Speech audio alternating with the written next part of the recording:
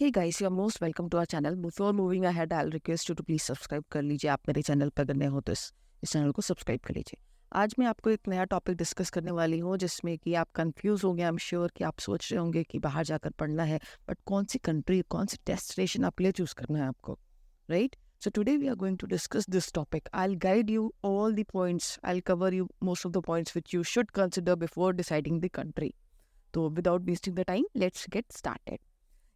कई स्टूडेंट विदेश में पढ़ना तो चाहते हैं, वो सपना देखते हैं वहाँ जाने का, लेकिन अक्सर उनके लिए जगह चुनना मुश्किल हो जाता है. So don't worry, I cover you.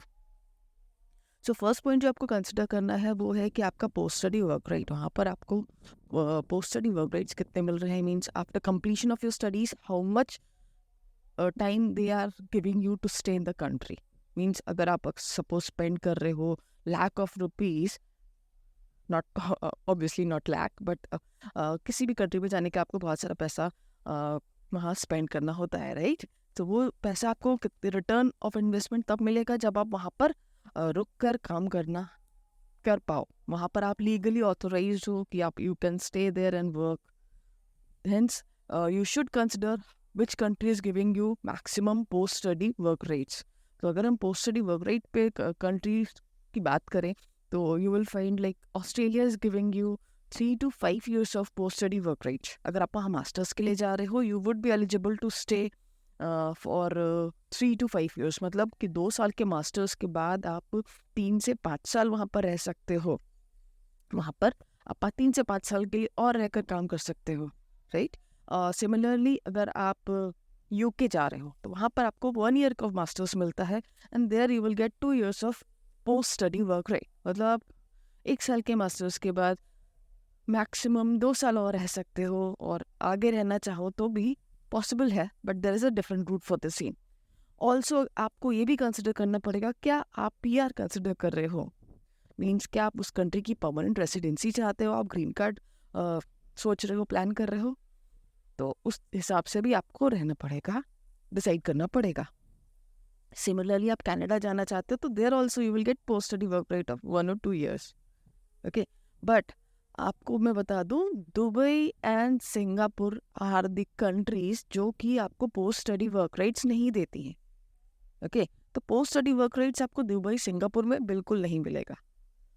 तो अगर आप चाह रहे हो कि इस कंट्री में रहकर मैं थोड़ा काम करूं, explore करूँ, get the insights in the industry, get the hands-on practical, then if you want to return back, in that case, Dubai and Singapore is not the right country for you. Okay?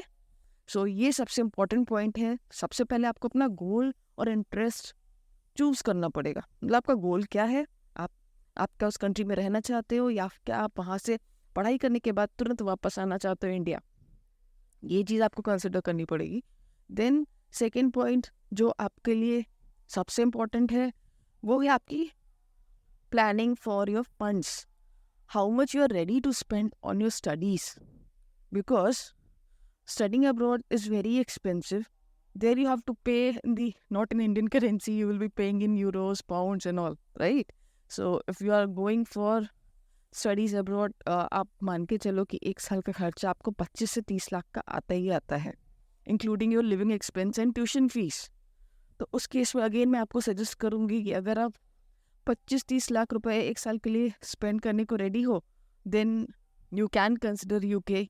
UK has all the top notch universities there and the best part is they offer 1 year of masters degree and that too with 2 years of post study work right. तो 1 साल की जो आपको masters degree वहाँ पर मिलेगी, that you can use for gaining the getting the degree, and then you can return back after getting 2 years of post study work rights. Okay, similarly Australia will have your 2 years of master's degree. तो वहाँ पर खर्चा कम से कम 50 से 60 लाख का होता है. Here I'm not talking about scholarship, here I'm talking just about the tuition fees and living expense for a year. That would vary from 25 to 30 lakh rupees for these two countries. तो अगर आप Australia जाते हो तो Australia में आपको यही कम से कम 50 से 60 लाख का खर्चा आ जाएगा. ओके, क्योंकि वहाँ पर 2 साल का मास्टर्स डिग्री है. Not it. और सिंगापुर दुबई में आपको इतना खर्चा तो नहीं आता है, बट ये है कि वहाँ पर आपको पढ़ाई करने के बाद तुरंत वापस आना पड़ता है। इसके बाद I would suggest you always choose the country कि जहाँ पर आपको इंग्लिश स्पीकिंग कंट्री हो, बिकॉज अगर आप जर्मनी चले जाते हो, फ्रांस चले जाते हो, there you may get pissed off because the language problem. तो we being a Indian, it is always recommended to choose the English speaking country. हाँ, अगर आप फ्रेंच जानते हो, जर्मन जानते हो, that's a good point, then you can consider going to these such countries, but English will be the best part. English speaking country you should choose always. And now the fourth point is, like, you can also consider then climatic conditions and other universities ranking and all.